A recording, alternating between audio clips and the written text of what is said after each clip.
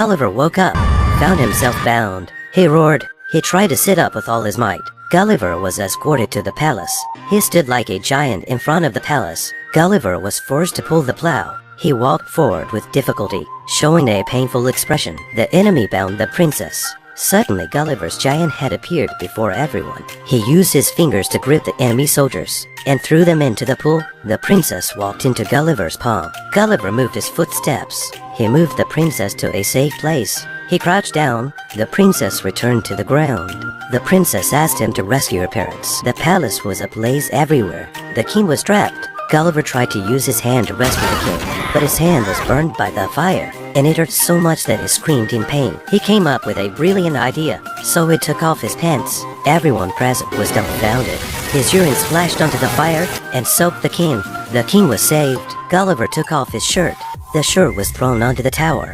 Shoes and socks were thrown onto the open ground. The foul smell overwhelmed everyone, covering their noses. His gigantic body, the depth of the ocean reached only to his waist. Gulliver stood in front of the invading army. He urged the enemy to retreat. Everyone should strive for peace. But the enemy leader refused peace talks. Gulliver used his hand to strike the water's surface, to demonstrate his power to the enemy, hoping to make them retreat. But the enemy leader ordered to fire at him. The cannons bombarded Gulliver's body, leaving many small marks on his upper body. Gulliver exerted all his strength to bounce the cannonballs back.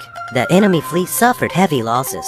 He grabbed the ropes, dragging many ships. Gulliver defeated the invading army. He fist-bumped everyone, expressing joy.